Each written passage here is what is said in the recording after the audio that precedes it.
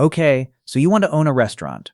Not a food truck, not a tiny cafe, an entire restaurant, a kitchen, a dining room. Picture it. The doors open at 5 p.m. By 7, every table is full. Plates are leaving the kitchen, servers are moving at full speed, and the cash register won't stop ringing. 100 customers walk through the door. They spend $30 each. That's $3,000 tonight. Do that every day, and you're staring at roughly $90,000 in monthly sales. Over a year, that's more than $1 million flowing through the business. From the outside, it looks like you've built a machine that turns hungry people into cash. But here's where the fantasy breaks. That $1 million isn't yours. Not even close. Because restaurants live in a brutal world where enormous revenue can produce surprisingly little profit. The food gets paid first, then the cooks, then the servers, then payroll taxes, rent, electricity, insurance, repairs, credit card fees, licenses, and delivery commissions. And some of the money simply goes bad. Literally. Ingredients expire. Food gets wasted, tables sit empty. A slow Tuesday still has to pay the rent. So you can have a restaurant packed with customers, generating thousands of dollars every night, and still discover that the owner is fighting over a painfully thin slice of the money coming through the door. That's the paradox. You're not really buying a room full of tables and a kitchen. You're buying a machine with hundreds of costs attached to it. And the entire business comes down to one brutal question. After everyone else gets paid, what's left for you? A restaurant isn't just a restaurant. The economics change completely depending on what sits behind the front door. At the bottom is the small neighborhood cafe or takeaway, maybe 800 to 1,500 square feet, a small kitchen, a handful of employees, limited seating. You might build one for a few $100,000. And at this size, the owner is often the secret ingredient. They order the food, they manage the staff, they solve the problems. If they disappear, the business can feel it immediately.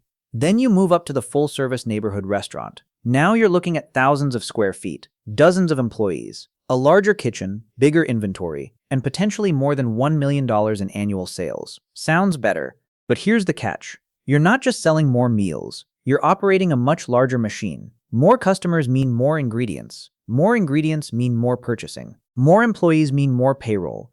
And every empty table becomes more painful because the rent doesn't care whether the dining room is full. Then comes the large restaurant, where annual sales can reach several $1 million. The numbers get bigger, so do the risks.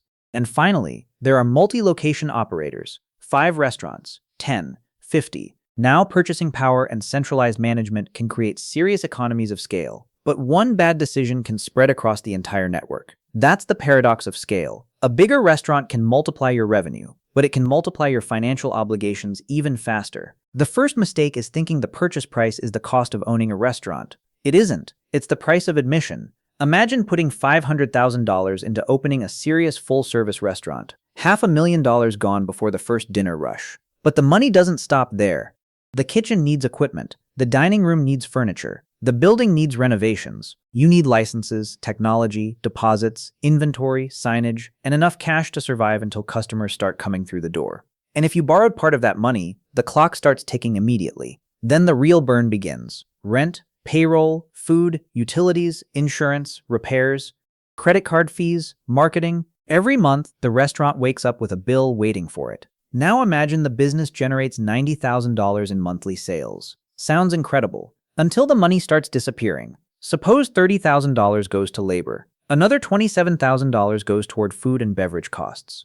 Now subtract rent, utilities, insurance, maintenance, fees, and financing. Suddenly that $90,000 doesn't look like a fortune. It looks like a race. And here's what makes the race dangerous. Some costs arrive even when customers don't. A refrigerator can die on a Tuesday. An oven can fail before the dinner rush. A slow month can leave thousands of dollars missing from the forecast. But the rent still arrives. The loan still arrives. Payroll still arrives.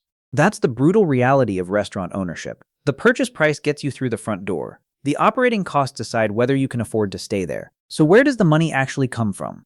Not from the $90,000 in sales. The real game begins after the customer pays. Imagine the restaurant collects $100 tonight. For a moment, it looks like $100 of income. It isn't. Maybe $30 disappears into labor. Another $30 goes toward food and beverage.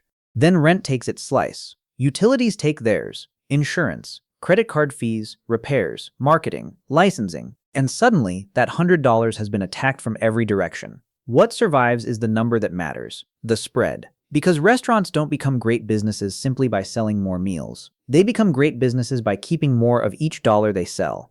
And that's where the economics get interesting. Imagine two restaurants both generate $1 million in annual revenue.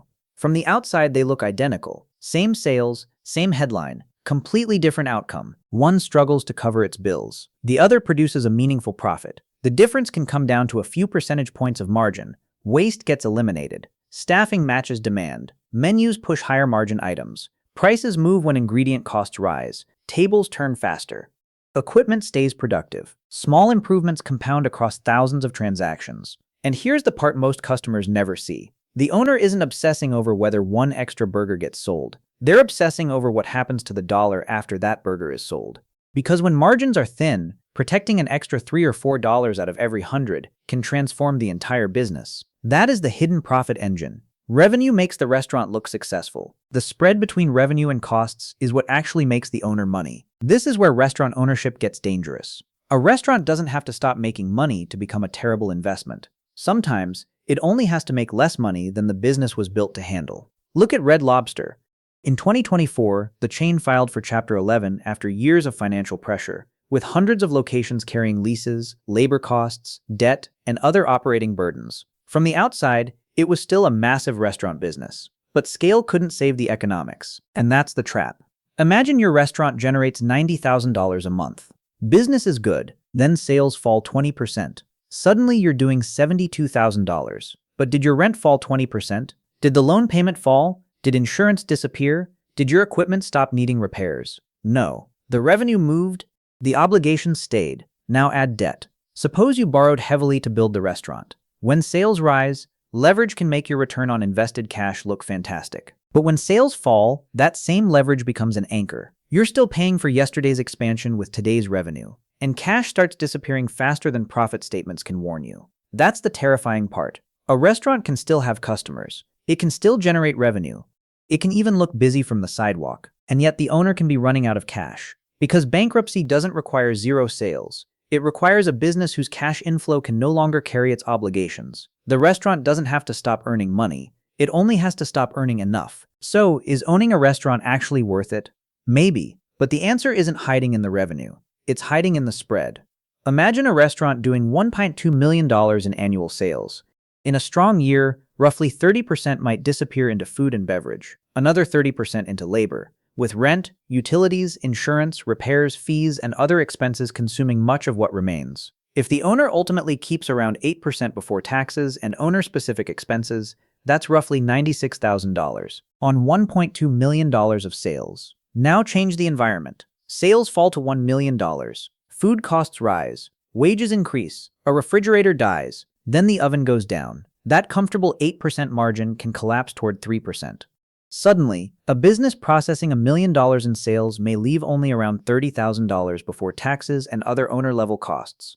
And if the restaurant is carrying heavy debt, the pressure gets worse. Interest doesn't care about your slow Tuesday. The lender doesn't care that 3 tables were empty tonight. The payment still arrives. That's the brutal mathematics of ownership. In a great year, leverage can magnify your returns. In a bad year, it can magnify your losses. So the winner isn't necessarily the restaurant with the biggest dining room or the longest line outside. It's the operator who protects the spread. Because restaurants don't create wealth simply by selling food. They create wealth when the money left after every cost is large enough, consistent enough, and durable enough to survive the bad months. The customers create the revenue.